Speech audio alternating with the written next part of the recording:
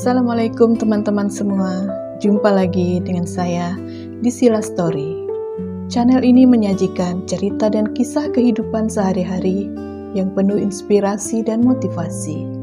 Di sini Anda akan mendengar pengalaman hidup seseorang yang berbagi perjalanan mereka dalam menghadapi tantangan, menemukan kekuatan dan meraih impian tanpa menyebutkan nama dan tempat yang sebenarnya. Setiap cerita adalah refleksi dari perjuangan, harapan, dan kebangkitan dalam menghadapi kehidupan. Mari bersama-sama menyelami kisah-kisah yang menggerakkan hati, membuka mata, dan memberikan semangat untuk terus maju.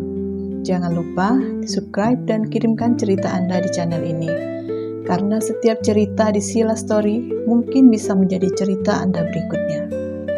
Nah teman-teman, untuk kisah cerita kali ini adalah lanjutan dari episode yang pertama.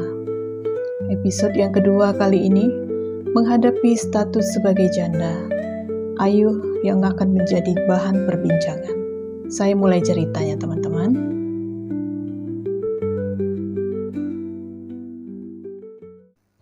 Sejak kepergian Sandi, kehidupan Ayu semakin diuji di usia 25 tahun. Ia harus menjadi seorang ibu, sekaligus ayah bagi ketiga anak perempuannya, yaitu Evi, Eni, dan Lila. Hari-harinya dipenuhi dengan bekerja sebagai penjahit dan mengurus anak-anak, sementara malam menjadi saksi bisu dari air mata yang ia sembunyikan. Namun, ujian itu tak berhenti sampai di situ. Lingkungan sekitar mulai menjadi tekanan tersendiri bagi Ayu. Desas-desus mulai terdengar dari para tetangga. Ayu sekarang jadi janda muda, hati-hati suami kalian. Begitu salah satu bisikan yang ia dengar saat melewati kumpulan ibu-ibu di warung dekat rumah. Ayu hanya bisa menunduk dan mempercepat langkahnya. Ia tahu statusnya sebagai janda telah menjadi bahan perbincangan yang tak kunjung usai.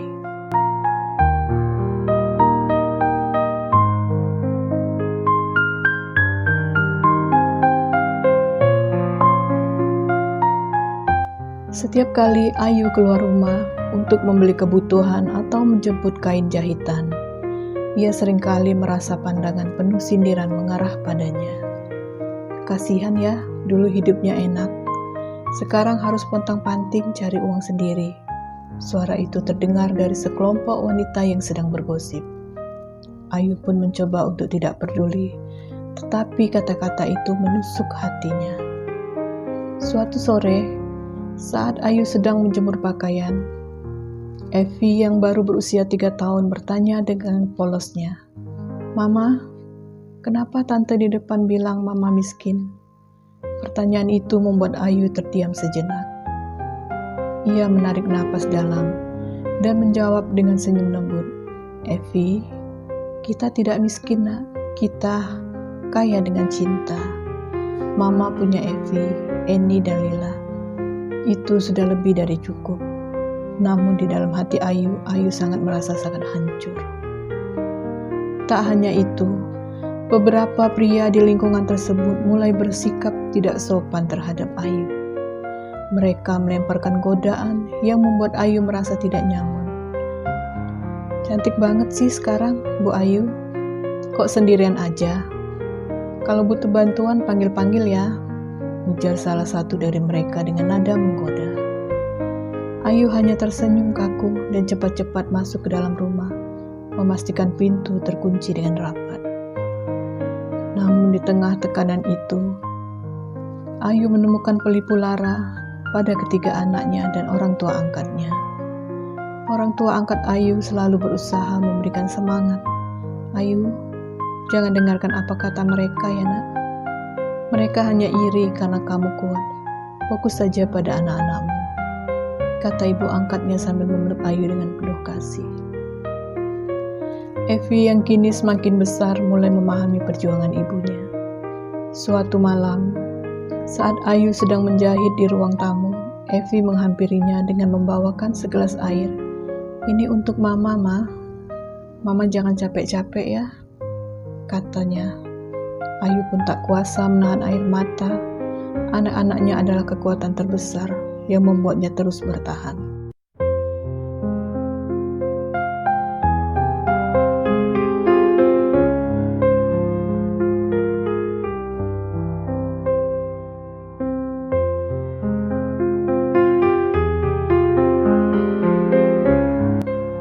Dan Eni, anak yang kedua, yang baru berusia 1 tahun, seringkali menjadi hiburan di tengah kesedihan Ayu. Dengan tawa kecilnya yang polos, ia mampu menghapus sejenak beban yang Ayu rasakan. Sementara itu, Lila, bayi kecil yang masih membutuhkan perhatian penuh, selalu berada dalam dekapan Ayu. "Kalian adalah alasan Mama tetap berdiri," bisik Ayu sambil mencium kening anak-anaknya sebelum tidur. Tetapi tidak semua orang di lingkungan itu memusuhi Ayu. Ada beberapa tetangga yang diam-diam menghormati Ayu dengan kegigihannya. Salah satunya adalah seorang Tante Dina, ibu rumah tangga yang merupakan keluarga dari orang tua angkat Ayu.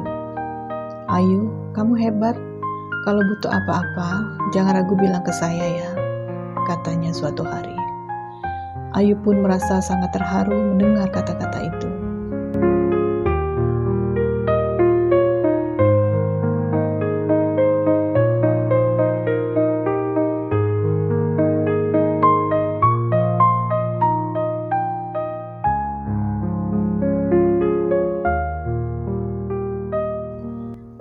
Hari-hari Ayu terus berjalan meskipun sangat berat. Ia tahu perjuangannya masih panjang. Di tengah cibiran dan pandangan sinis, ia tetap berusaha untuk tidak kehilangan fokus. Anak-anaknya adalah prioritas utama, dan Ayu bertekad memberikan masa depan yang lebih baik untuk mereka. Ia percaya bahwa badai ini akan berlalu, dan pelangi akan datang pada waktunya. Di malam yang sepi, saat anak-anak sudah tertidur, Ayu duduk sendirian di teras rumah bersama ibu angkatnya. "Bu, apakah hidup saya akan selalu seperti ini?" tanyanya dengan suara bergetar. Ibu angkatnya pun tersenyum dan menjawab, "Hidup tidak akan selalu berat, Nak. Tuhan punya rencana indah untukmu. Selama kamu ikhlas dan berusaha, semua akan membaik. Percaya," kata ibu. Kata-kata itu menjadi pelipur lara bagi Ayu. Ia menatap langit malam yang penuh bintang dan berdoa di dalam hati. "Ya Allah, berikanlah aku kekuatan untuk melewati semua ini demi anak-anakku. Aku akan bertahan." Dengan doa itu, Ayu kembali menemukan semangat untuk melanjutkan perjuangannya, meski jalan di depannya masih penuh dengan liku.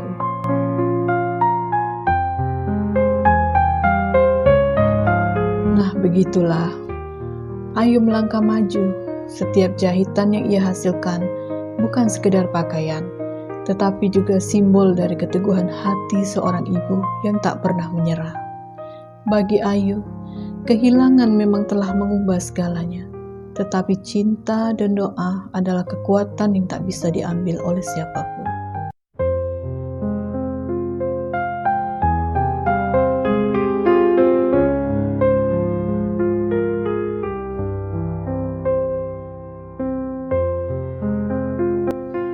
Nah, teman-teman semua, demikianlah kisah cerita Ayu pada episode ini.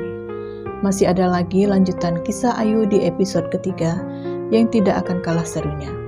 Teruslah kunjungi channel ini dan jangan lupa berikan subscribe agar kalian tidak ketinggalan kisah cerita Ayu selanjutnya. Terima kasih untuk teman-teman yang sudah menonton. Wassalamualaikum.